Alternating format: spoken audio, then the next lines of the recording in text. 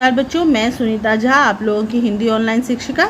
बच्चों, मैं इस वीडियो में, इस छोटे से वीडियो में आप लोगों को बहुत ज़्यादा कुछ नहीं पढ़ाने वाली हूँ। बस संज्ञा शब्दों के जो बदलाव होते हैं कभी कभी परिस्थिति अनुसार, वो मैं बताने वाली हूँ। मैं पूरा संज्ञा नहीं पढ़ाने जा रही हूँ, थोड़ा सा इसमें विशेष जो है वो बताने वाली हूँ। तो विशेष क्या है वो जानना है, उससे पहले हम जो सामान्य है वो जान लेते हैं। सामान्य रूप से हम ये जानते हैं कि व्यक्तिवाचक संज्ञा क्या होता है।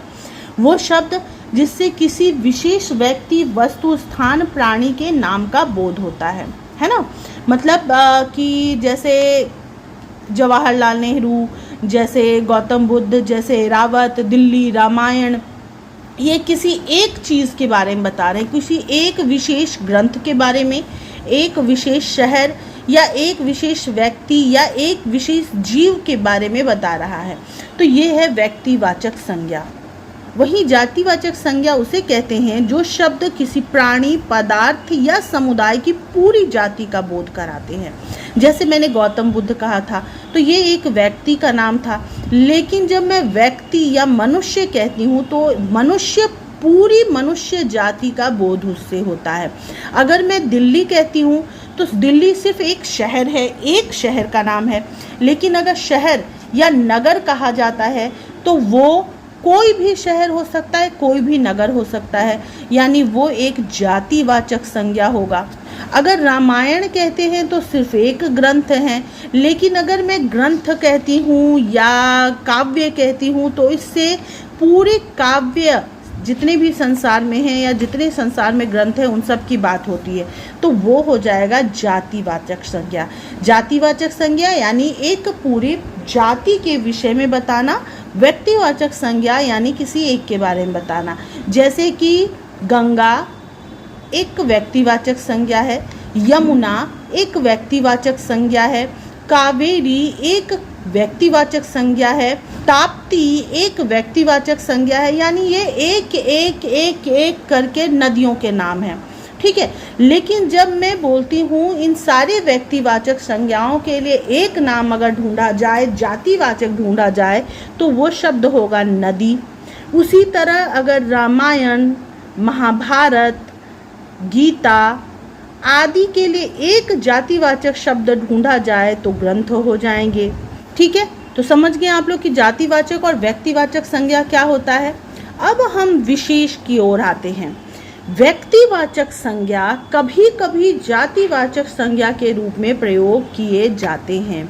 मतलब कि अभी व्यक्तिवाचक हमने जाना कि किसी एक व्यक्ति या एक स्थान या एक वस्तु के बारे में जो बताता है, लेकिन कई बार ऐसा होता है कि एक वाला शब्द हम बहुतों के लिए प्रयोग करते हैं। जैसे मान लीजिए कि हरिश्चंद्र अपने सत्य और न्याय के लिए प्रसिद्ध थे, तो जो भी बहुत सच बोलता है उसके बारे में बोलते हैं ना, बड़े हरिश्चंद्र बन रहे हैं। तो ये उदाहरण हम देते हैं। तो उदाहरण देने का मतलब क्या है कि हम उनके गुणों को बता रहे हैं कि वो गुण तुम में बड़ा दिख रहा है। तो ऐसे जब परिस्थितियां आती हैं तो ऐसी ही परिस्थितियों में व्यक्तिवाचक संज्ञा का जातिवाचक के रूप में प्रयोग होता है। जैसे जब कोई व्यक्तिवाचक संज्ञा अर्थात एक व्यक्ति, वस्तु या स्थान अपने विशेष गुण के कारण प्रसिद्धि पाकर उस गुण वाले सभी पदार्थों, व्यक्तियों, स्थानों आदि के लिए प्रयोग होने लगते हैं।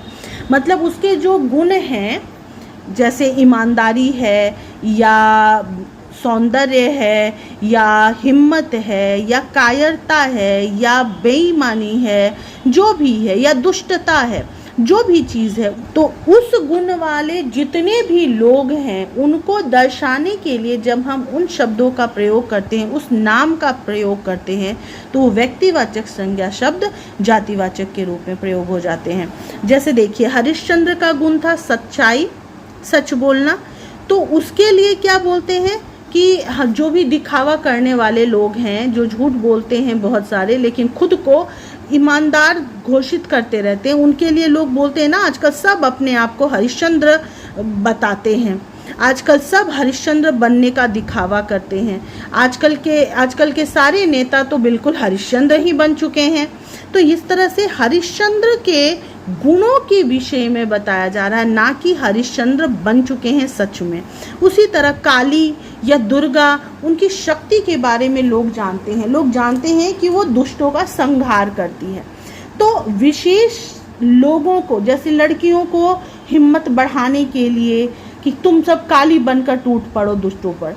तो काली बनकर टूट पड़ो का मतलब ये थोड़ी है कि जीभ निकाल करके, बाल बिखरा करके, काले कपड़े पहन के तैयार हो जाएं। नहीं, ऐसा बिल्कुल नहीं है। यहाँ पर सिर्फ काली के गुणों को अपनाने की बात कही जा रही है। कहा जा रहा है कि लड़कियां जो हैं अपने ऊपर होने वाले अत्याचारों को बर्दाश्त ना करें, बल्कि उनका विरोध करे, दुष्टों का संहार करे।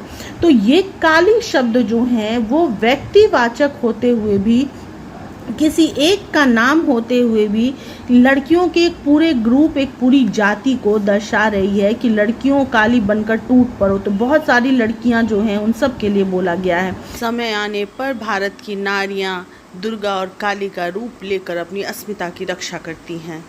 या फिर जैसे रावण की दुष्टता जो थी, वो दुष्टता दिखाने के लिए है। आज समाज में रावणों की संख्या बढ़ती ही जा रही है। तो रावण तो कोई एक ही था ना, एक ही व्यक्तिवाचक संज्ञा है ना।